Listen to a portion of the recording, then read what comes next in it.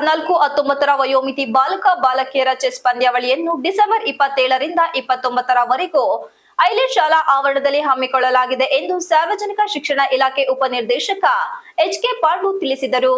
ಪತ್ರಿಕಾಗೋಷ್ಠಿಯಲ್ಲಿ ಗುರುವಾರ ಮಾತನಾಡಿ, ಜಿಲ್ಲಾಡಳಿತ ಮತ್ತು ಜಿಲ್ಲಾ ಪಂಚಾಯತ್ ಹಾಸನ, ಶಾಲಾ ಶಿಕ್ಷಣ ಇಲಾಖೆ ಹಾಸನ ಜಿಲ್ಲೆ ಮತ್ತು ಕೆಸಿಪಿ ವಿದ್ಯಾಸಂಸ್ಥೆ ಐಲೆಟ್ ಪ್ರೌಢಶಾಲೆ ಹಾಸನ ಇವರ ಸಂಯುಕ್ತ ಆಶ್ರಯದಲ್ಲಿ ದಿನಾಂಕ 7/12/2024ರಿಂದ 29/12/2024ರವರೆಗೆ ಐಲೆಟ್ ಶಾಲೆ ಹೇಮಾವತಿ ನಗರ ಹಾಸನ ಇಲ್ಲಿ ರಾಜ್ಯ ಮಟ್ಟದ ಶಾಲಾ ಶಿಕ್ಷಣ ಇಲಾಖೆಯ 14ರ ವಯೋಮಿತಿ ಬಾಲಕ ಬಾಲಕಿಯರ ಚೆಸ್ ಪಂದ್ಯಾವಳಿಯನ್ನು ಹಮ್ಮಿಕೊಳ್ಳಲಾಗಿದೆ. ಈ ಪಂದ್ಯಾವಳಿಯನ್ನು ಸಂಘಟಿಸಲು ಅನುಕೂಲವಾಗುವಂತೆ ಹಾಸನ ಜಿಲ್ಲೆಯ ಶಿಕ್ಷಣ ಇಲಾಖೆಯ ಕ್ಷೇತ್ರ ಶಿಕ್ಷಣಾಧಿಕಾರಿಗಳು ಹಾಗೂ ಜಿಲ್ಲೆಯ ಎಲ್ಲ ದೈಹಿಕ ಶಿಕ್ಷಣ ಪರಿವೀಕ್ಷಕರನ್ನು ಹಾಗೂ ಸುಮಾರು 35 ಜನ ನುರಿತ ದೈಹಿಕ ಶಿಕ್ಷಣ ಶಿಕ್ಷಕರನ್ನು ತೀರ್ಪುಗಾರರನ್ನಾಗಿ ನೇಮಕ ಮಾಡಿಕೊಳ್ಳಲಾಗಿದೆ. ಈ ಪಂದ್ಯಾವಳಿಯಲ್ಲಿ ಕರ್ನಾಟಕ ರಾಜ್ಯದ ಬೆಂಗಳೂರು, ಮೈಸೂರು, ಬೆಳಗಾಂ ಮತ್ತು ಗುಲ್ಬರ್ಗಾ ವಿಭಾಗಗಳ 34 ಶೈಕ್ಷಣಿಕ ಜಿಲ್ಲೆಗಳಿಂದ 14ರ ವಯೋಮಿತಿಯ ಸುಮಾರು 170 ಬಾಲಕಿಯರು ಹಾಗೂ 170 ಬಾಲಕರು ಭಾಗವಹಿಸುತ್ತಿದ್ದಾರೆ ಎಂದರು. ಈ ಪಂದ್ಯಾವಳಿಯಲ್ಲಿ ಭಾಗವಹಿಸುವ ಕ್ರೀಡಾಪಟುಗಳಿಗೆ ಹಾಸನ ತಾಲೂಕಿನ ಕ್ಷೇತ್ರ ಶಿಕ್ಷಣಾಧಿಕಾರಿಗಳ ಅಧ್ಯಕ್ಷತೆಯಲ್ಲಿ ಹಾಗೂ ತಾಲೂಕು ದೈಹಿಕ ಶಿಕ್ಷಣ ಪರಿವೀಕ್ಷಕರ ಮೇಲ್ವಿಚಾರಣೆಯಲ್ಲಿ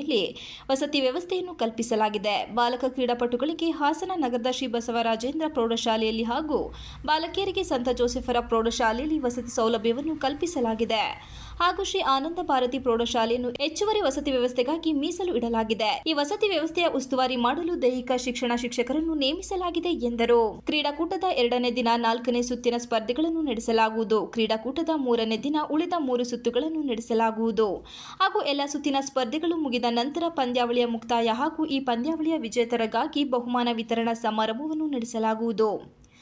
ಜಿಲ್ಲಾ ದೈಹಿಕ ಶಿಕ್ಷಣ ಅಧಿಕಾರಿಗಳಾದ ಮಹಾದೇವ ಮತ್ತು ಐಲೆಟ್ ಶಾಲೆಯ ಆಡಳಿತ ಅಧಿಕಾರಿಗಳಾದ ನಾಗರಾಜ್ ರವರ ಸಹಿತ 9 ಜನ ಸದಸ್ಯರ ನ್ಯಾಯ ನಿರ್ಣಾಯಕ ಸಮಿತಿಯನ್ನು ರಚಿಸಲಾಗಿದೆ ಎಂದರು.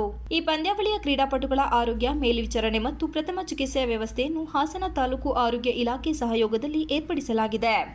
ಕ್ರೀಡಾಪಟುಗಳ ಭದ್ರತೆ ಮತ್ತು ಸುರಕ್ಷತೆಯನ್ನು ಹಾಸನ ನಗರದ ಪೆನ್ಷನ್ ಮೊಹಲ್ಲಾ ಪೊಲೀಸ್ ಠಾಣೆ ಸಿಬ್ಬಂದಿ ವರ್ಗದವರು ಉಸ್ತುವಾರಿ ವಹಿಸಲಿದ್ದಾರೆ ಎಂದು ಮಾಹಿತಿ ನೀಡಿದರು. ಸರ್ ಆಯ್ತು ಸರ್, ಇಲ್ಲ ಅದಕ್ಕೋಸ್ಕರ ನಾನು ಇವತ್ತು ಒಂಚೂರು ಮೀಟಿಂಗ್ ಇದೆ, ಮಧ್ಯಾಹ್ನ ನಾನು ಹೋಗ್ತಾ ಇದ್ದೀನಿ. ಅಲ್ಲಿ ಏನು ಸತ್ಯಾಸ BO ನಾನು BO ಆಲೇ ಹೋಗಿ ಬಂದಿದ್ದಾರೆ, ರಿಪೋರ್ಟ್ ಕೊಟ್ಟಿದ್ದಾರೆ. ಅದಕ್ಕೆ ನಾನು ಏನ್ ಮಾಡ್ಬೇಕು ಅನ್ನೋದನ್ನ ನಾವು ಕೊಡೋ ಸಿದ್ಧತೆಗೆ ನಾನು ಮಧ್ಯಾಹ್ನ ಅಲ್ಲಿ ಹೋಗ್ತಾ ಇದ್ದೀನಿ. ಸರ್ 4 ಜನ ಇದ್ದಾರೆ.